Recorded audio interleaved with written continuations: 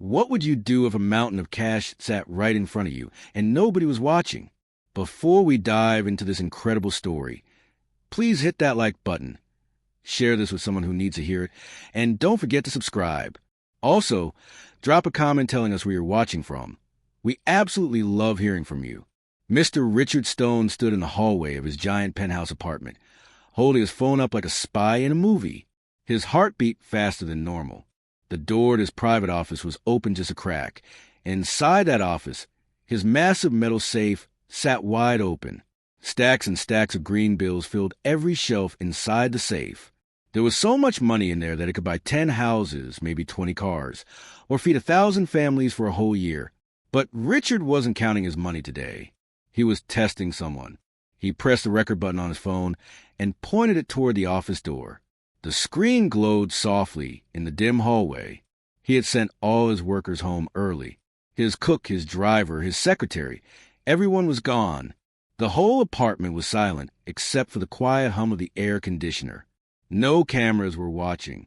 No security guards were walking around. It was just him, hiding like a shadow, waiting to see what would happen next. Richard had always believed that people showed their true colors when they thought nobody was looking. He had built his fortune by being smart, careful, and always watching. He trusted almost no one. And today, he wanted to prove something to himself. He wanted to see what a child born into poverty would do when faced with more money than she had ever seen in her entire life. That child was Lily. Lily was 7 years old. She had bright brown eyes, messy black hair that her mother always tried to braid neatly, and she wore a simple yellow dress that was too big for her. Her mother, Grace, worked as Mr. Stone's maid. Grace cleaned his floors, washed his dishes, and made sure everything in the huge apartment sparkled like diamonds. She worked 6 days a week, sometimes 7, and she brought Lily with her because she had no one else to watch her daughter. Lily was a quiet child. She didn't run around breaking things or shouting like some kids. She sat in corners with old coloring books, drew pictures on scraps of paper, and watched the world with careful eyes. She had learned early in life that poor children had to be invisible in rich people's homes. One wrong move, one broken vase, and her mother might lose a job that kept them alive. Richard heard a sound. Soft footsteps. Small, barefoot steps padding across the marble floor. Lily appeared in the hallway. She walked slowly, looking around as if she were searching for her mother. Grace was downstairs in the laundry room, exactly where Richard had asked her to go 20 minutes ago. He had made sure of it. He needed Lily to be alone for this test. The little girl reached the office door. She stopped. Her hand touched the doorframe, and she peeked inside. Richard held his breath. His phone captured everything. Lily's eyes grew wide. She saw the safe. She saw the money. Towers of cash, green and crisp, stacked so high they almost touched the top of the safe. For a moment, she just stood there, frozen like a statue. Her mouth opened slightly. She looked left, then right, checking if anyone was near. Then, slowly, she stepped into the office. Richard's heart pounded. Here it comes, he thought. Here's where I see the truth. Lily walked closer to the safe. Her bare feet made no sound on the soft carpet. She stood right in front of all that money, so close she could reach out and touch it. Her small hand lifted up, trembling slightly. Richard zoomed in with his phone camera. This was it, the moment of truth. But Lily didn't grab the money. Instead, her hand hovered in the air. Her fingers shook. She looked at the bills like they were dangerous, like they might burn her if she touched them. Her breathing got faster. Richard could see her chest rising and falling, even from where he hid in the hallway. Then something unexpected happened. Lily reached into the pocket of her yellow dress. She pulled out a folded piece of paper. It looked like it had been torn from a school notebook, with ragged edges and pencil marks on it. She stared at the paper for a long moment, then carefully placed it on top of the money stacks. She pressed it down gently, making sure it wouldn't fall. After that, Lily did something that shocked Richard even more. She reached up with both hands and pulled the safe door halfway closed. Not all the way. She was too small to move the heavy metal door completely, but enough that the money was less visible from the hallway. Then she turned around and walked out of the office. Just like that. No stealing. No stuffing bills into her pockets. No looking back with a guilty face. She simply left. Richard stood frozen in the hallway, his phone still recording. He watched Lily walk past him without even noticing he was there. She was looking at the floor, her face sad and serious, like she carried the weight of the whole world on her small shoulders. What just happened? Richard's mind spun with confusion. He had expected her to take the money. Maybe just one bill. Maybe a whole stack. He had prepared himself to catch her, to teach her a lesson about honesty, to prove his theory that poverty made people desperate and dishonest. But she hadn't taken anything. Instead, she had left something behind. Richard waited until Lily disappeared down the hallway toward the kitchen. Then he stepped into his office, his expensive shoes clicking on the floor. He approached the safe slowly, as if approaching a mystery he couldn't quite understand. His eyes locked on the folded piece of paper sitting on top of his money. He reached down and picked it up. His hands, which had signed million-dollar contracts without shaking, trembled as he unfolded the small note. The paper was wrinkled and soft, like it had been folded and unfolded many times before. On it, in a child's careful handwriting with some letters bigger than others, were words that hit Richard Stone harder than any business deal ever had. The note said, "If you have to steal, it means someone failed to give." Richard read it once, then twice, then a third time. Each time, the words dug deeper into his chest like tiny knives. His throat felt tight. His eyes began to burn. This wasn't what he had expected at all. Richard Stone stood in his office, staring at the note in his hand. The words blurred as his eyes filled with water. He blinked hard, trying to push the feeling away, but it wouldn't leave. If you have to steal, it means someone failed to give. A 7-year-old child had written this. A little girl who wore dresses too big for her body. A child who had probably never owned a new toy in her life. And somehow, she understood something about the world that he, with all his money and power and fancy education, had forgotten. Richard sank into his leather chair.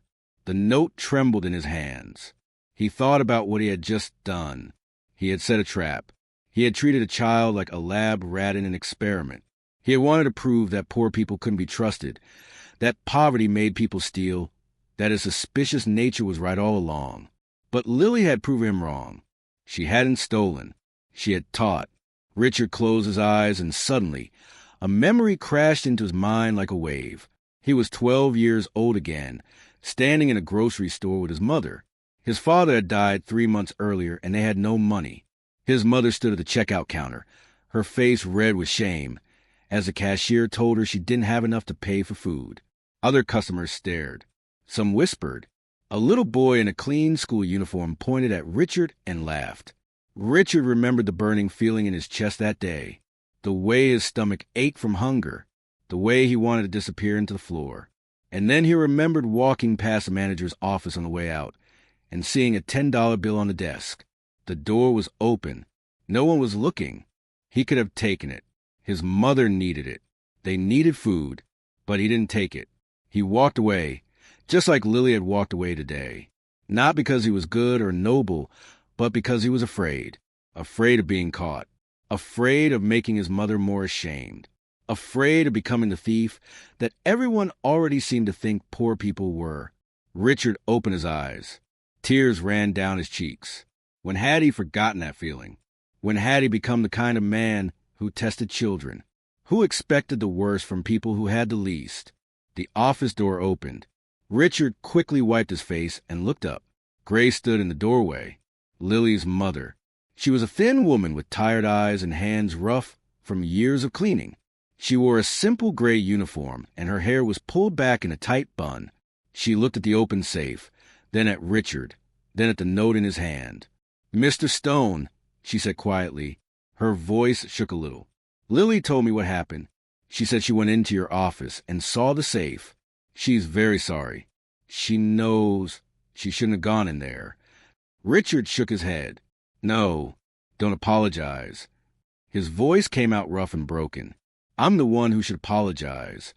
Grace looked confused. She stepped into the office slowly, as if expecting a trap. Richard stood up and held out the note. "Did you teach her to write this?" Grace took the paper and read it. Her eyes widened. She looked at her daughter's handwriting for a long moment, then back at Richard. "No, sir, I didn't teach her this." "Then where did she learn it?" Grace's eyes filled with tears now, too. "Last year, Lily's teacher gave a lesson about kindness. She said that when people do bad things, it's often because they're hurting or because no one showed them love. Lily wrote that sentence in her notebook. She's carried it with her ever since. She reads it whenever she feels sad or scared."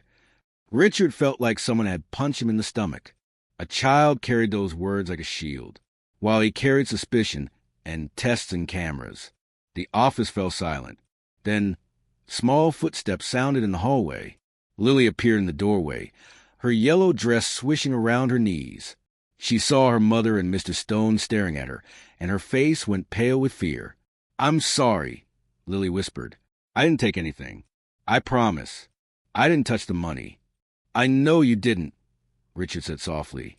He knelt down so he was at her eye level. "Lily, can I ask you something?" She nodded, her eyes wide. "Why didn't you take any money? Even just a little bit? You could have, and no one would have known." Lily looked at the floor. Her small hands twisted together nervously. "Because," she said in a tiny voice, "taking things that aren't yours makes you feel bad inside. My mama taught me that feeling bad inside is worse than being poor on the outside."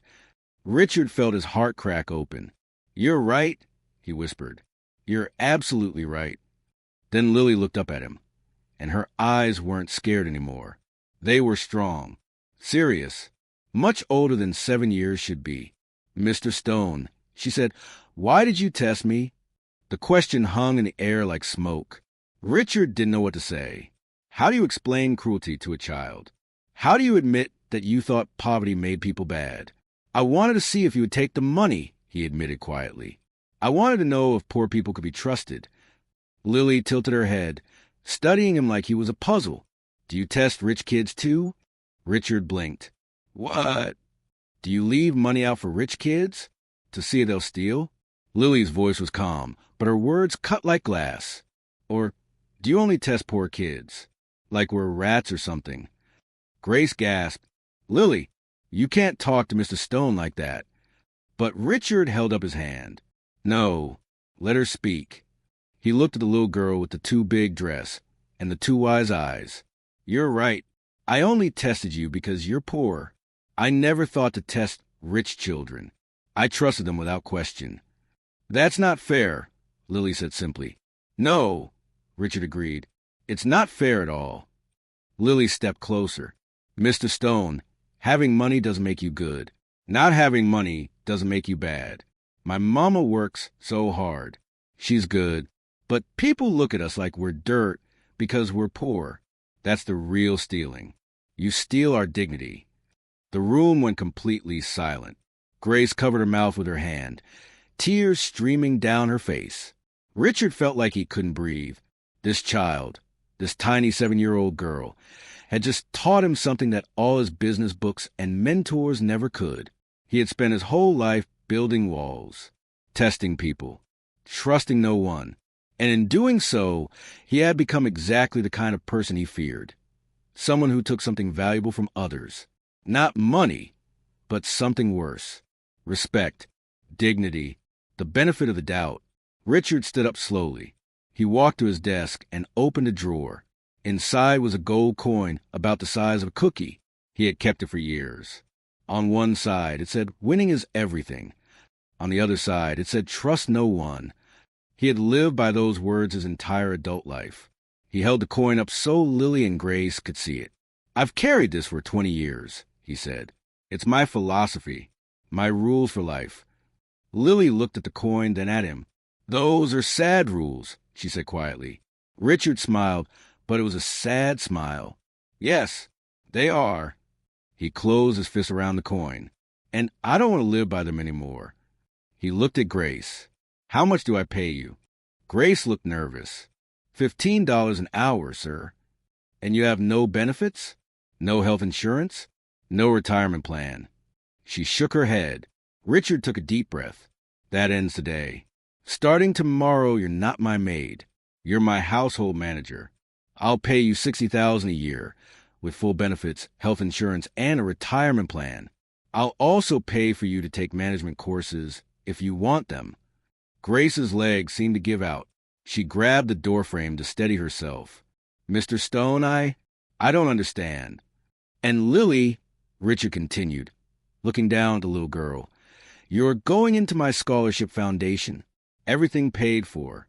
School, college, whatever you need. You're going to have every opportunity that rich kids have. Lily's eyes went wide. Really? Really? Richard knelt down again and looked her in the eyes. You taught me something today that I should have learned a long time ago. Thank you. For the first time since entering the office, Lily smiled. It was a small smile, but it lit up the whole room. That night, Richard Stone couldn't sleep. He lay in his enormous bed, staring at the ceiling, thinking about everything that had happened. The test, the note, Lily's words. For the first time in years, he felt something he had almost forgotten existed. Shame mixed with hope. He got up at 5 in the morning and went to his kitchen. The sun hadn't risen yet, and the city outside his windows was still dark. He started making breakfast, something he hadn't done in years. He usually had a chef prepare his meals, but today felt different. Today felt like a new beginning, and new beginnings deserved something special. He made pancakes, lots of them. He found syrup in the cabinet and fresh strawberries in the refrigerator. He set the table with his finest plates, the ones he usually saved for important business dinners. But this morning was more important than any business dinner he'd ever had. At 7 o'clock, Grace arrived for work with Lily. Grace looked surprised to see Mr. Stone in the kitchen, wearing an apron, flipping pancakes. Good morning, Richard said with a smile. I made breakfast. For all of us. Grace stood frozen in the doorway. Sir, you didn't have to do that. I wanted to, Richard said. Please, sit down. Both of you. Lily climbed onto a chair, her eyes wide with wonder. She had never sat at Mr. Stone's fancy dining table before. She had only ever seen it from far away while her mother polished it. Richard served them pancakes, strawberries, and orange juice. He sat down across from them and realized something strange. He was nervous. Richard Stone, who had negotiated with presidents and billionaires, was nervous about having breakfast with a maid and her 7-year-old daughter.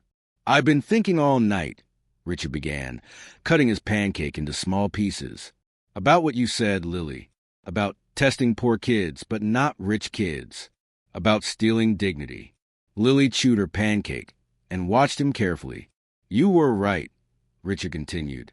I've spent my whole life being suspicious of the wrong people. I trusted rich people because I became one of them. I forgot where I came from. I forgot what it feels like to be hungry and scared and invisible. Grace put down her fork. Mr. Stone, you don't have to explain anything to us. Yes, I do, Richard said firmly, because what I did yesterday was wrong. I treated your daughter like an experiment. I set a trap for a child, and she responded with more wisdom and kindness than I've shown in 20 years of business. He reached into his pocket and pulled out the gold coin. He placed it on the table between them. The morning light caught it, making it glow. This coin has been my religion, Richard said. Winning is everything. Trust no one. I lived by these words because I thought they made me strong. But they didn't make me strong. They made me lonely. They made me cruel. Lily reached out and touched the coin gently with one finger. What will you do with it now? Richard picked up the coin and stood. He walked to the window and opened it. Cool morning air rushed in. Then, without hesitation, he threw the coin as far as he could. It spun through the air, catching the light, and disappeared into the city below. Grace gasped, Mr. Stone, that coin must be worth thousands of dollars. It was worth nothing, Richard said, turning back to them, because it taught me nothing good. He sat back down and looked at Lily. You know what I'm going to make instead? A new coin. It's going to say, give before you're asked, trust until proven wrong. Those are better rules. Your rules. Lily smiled so wide that her eyes crinkled at the corners. I like those rules much better. Richard smiled back, and for the first time in years, it was a real smile. Not a business smile. Not a polite smile. A genuine, warm smile that reached his heart. "Grace," Richard said, turning to Lily's mother, "I meant what I said yesterday. You start your new job today. I've already called my lawyer. He's drawing up your contract. $60,000 a year, full benefits, and I'll pay for any training you want. Management courses, computer classes, anything." Grace's eyes filled with tears again. "I don't know what to say. Thank you doesn't feel like enough." "Thank your daughter," Richard said. "She's the one who changed my mind." "And me?" Lily asked, swinging her legs under the table. "Do I really get to go to good schools?" "The best schools," Richard promised. "And when you're old enough, college too. Everything paid for. I have a foundation that helps kids get educated. You're officially the first student I'm personally sponsoring." Lily jumped off her chair and ran around the table. Before Richard knew what was happening, she wrapped her small arms around his neck in a tight hug. He froze for a moment, surprised. Then, slowly, he hugged her back. His eyes burned with tears. "Thank you," Lily whispered in his ear.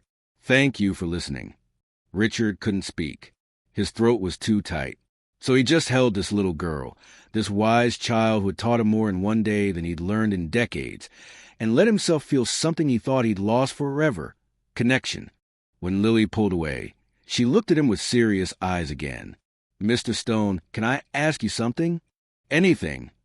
"Will you do more tests? Like with the safe?" Richard's face fell. "No, never. I'm never doing that again." "But what if," Lily said thoughtfully, "you did good tests? Like, what if you tested people to see how kind they are instead of testing to catch them being bad?" Richard blinked.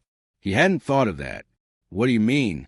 "Like," Lily continued, her face lighting up with excitement, "what if you left a wallet on the ground with money in it and an address inside? Then you could see who returns it. And you could reward them, not trick them." Grace laughed. "Lily, you're going to make Mr. Stone go broke, giving rewards to everyone." But Richard was staring at Lily with amazement. "That's brilliant," he said slowly.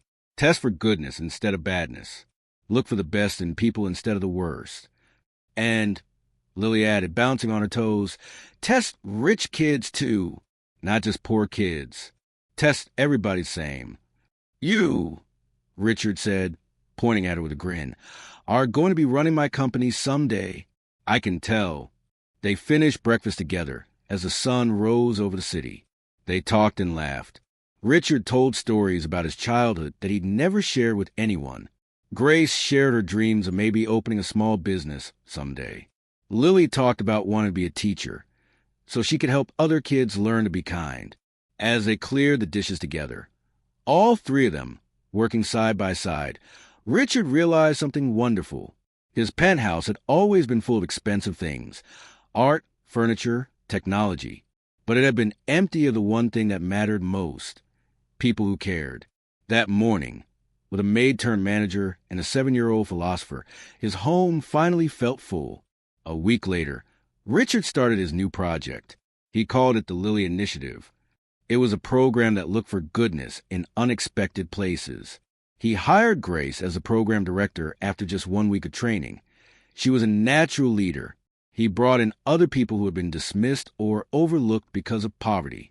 He gave them chances, training, trust, and every single one of them proved that Lily had been right. Having money doesn't make you good, and not having money doesn't make you bad. Character has nothing to do with your bank account. The note that Lily had left on the money stayed in Richard's office, framed on his wall where he could see it every day. If you have to steal, it means someone failed to give. Those words reminded him of his new purpose: to give before people had to ask, to trust before people had to prove themselves, and to see the humanity in everyone, regardless of where they came from. Richard Stone had spent his life building an empire of wealth. But it took a 7-year-old girl in a too-big yellow dress to teach him how to build something far more valuable: an empire of compassion. The test had ended, but the lesson would last forever. Sometimes the smallest voices carry the biggest truths. Sometimes the poorest hands hold the richest wisdom. And sometimes when we open our safes and our hearts at the same time, we discover that the real treasure was never the money at all. It was always the people. If this story touched your heart, please hit that like button and share it with someone who needs to hear this message today. Don't forget to subscribe so you never miss stories like this. And we'd love to know, where are you watching from? Drop a comment below. We love hearing from every single one of you. Your stories and your kindness inspire us to keep sharing messages of hope and change. Thank you for being here.